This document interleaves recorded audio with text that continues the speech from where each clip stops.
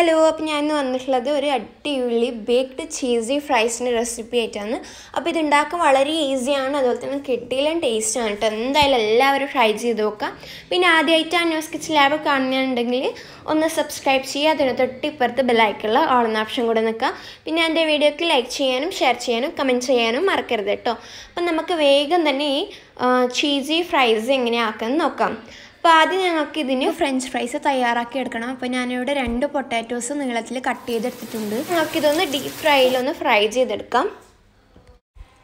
അപ്പോൾ ഞാനിവിടെ ഫ്രഞ്ച് ഫ്രൈസൊക്കെ റെഡിയാക്കി വെച്ചിട്ടുണ്ട്. ഇനി ഞങ്ങൾക്ക് വൈറ്റ് സോസാണ് തയ്യാറാക്കേണ്ടത്. അപ്പോൾ ഞാനിവിടെ ഒരു 10 ഗ്രാം ബട്ടർ മെൽറ്റ് ചെയ്തിട്ടുണ്ട്. അതിലേക്ക് 4 അല്ലി വെളുത്തുള്ളി അരിഞ്ഞത് ഇട്ട് കൊടുത്തിട്ട് ജസ്റ്റ് ഒന്ന് മൂപ്പിച്ചെടുക്കാം. അതിനുശേഷം ഞങ്ങൾക്ക് ഒരു ടേബിൾ സ്പൂണ് മൈദ ഇട്ടിട്ട് നന്നായിട്ടൊന്ന് വറുത്തെടുക്കാം. അപ്പം വറുത്തതിന് ശേഷം ഒരു 1/2 കപ്പ് പാലൊഴിച്ചിട്ട് നന്നായിട്ട് കൈ വെക്കാതെ നന്നായിട്ട് ഇളക്കി എടുക്കാം. അപ്പം അതിൻ്റെ കട്ടൊന്നും ഉണ്ടാവാൻ പാടില്ല കേട്ടോ. ഇനി ആവശ്യത്തിന് ഉപ്പ് കൂടെ ചേർത്ത് കൊടുക്കാം. ഇപ്പോൾ കട്ടയൊക്കെ ഉടച്ചതിന് ശേഷം ഇതുപോലെ ഒരു നല്ല തിക്ക് സോസായി കിട്ടും. ഇനി ഞങ്ങൾക്ക് ഇതിൻ്റെ ഫ്ലെയിം ഓഫ് ആക്കി വെക്കാം.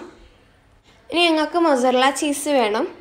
അപ്പം ഞാനിവിടെ ബേക്കിംഗ് ടിന്നെടുത്തിട്ടുണ്ട്. അതിലേക്ക് ഫുള്ളായിട്ട് ബട്ടർ വെച്ച് ക്രീസ് ചെയ്തതാണ്.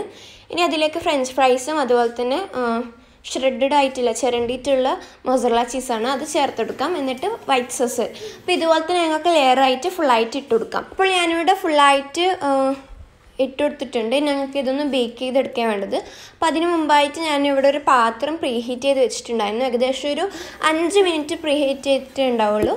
ഇനി അതിലേക്ക് ഒരു സ്റ്റാൻഡ് വെച്ചിട്ട് അതിലേക്ക് നമ്മുടെ ബേക്കിംഗ് ടിന്നിൽ ഒന്ന് ഇറക്കി കൊടുക്കാം.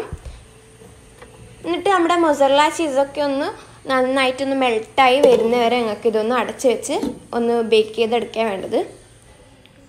അപ്പോൾ നമ്മുടെ മൊസറല്ല ചീസൊക്കെ നന്നായി ബേക്കായി വന്നിട്ടുണ്ട്. അപ്പോൾ ഇനി ഞങ്ങൾക്കിതൊരു പാത്രത്തിലേക്ക് മാറ്റി കൊടുക്കാം. അപ്പോൾ എല്ലാവരും എന്തായാലും ട്രൈ ചെയ്ത് നോക്കുക. ഒരു അടിപൊളി സ്റ്റാർട്ടറാണ്, വളരെ ഈസി ആയിട്ട് ഉണ്ടാക്കാനും പറ്റും. അപ്പോൾ എല്ലാവർക്കും എൻ്റെ വീഡിയോ ഇഷ്ടപ്പെട്ടു എന്ന് വിചാരിക്കുന്നു. അപ്പോൾ എല്ലാവരും എൻ്റെ വീഡിയോക്ക് ലൈക്ക് ചെയ്യാനും ഷെയർ ചെയ്യാനും സബ്സ്ക്രൈബ് ചെയ്യാനും മറക്കരുത്. അപ്പോൾ ഇനി പുതിയ റെസിപ്പീസുമായിട്ട് അടുത്ത വീഡിയോയിൽ കാണാം. അതിലേക്കും സ്റ്റേ ട്യൂൺഡ്. അസ്സലാമു അലൈക്കും.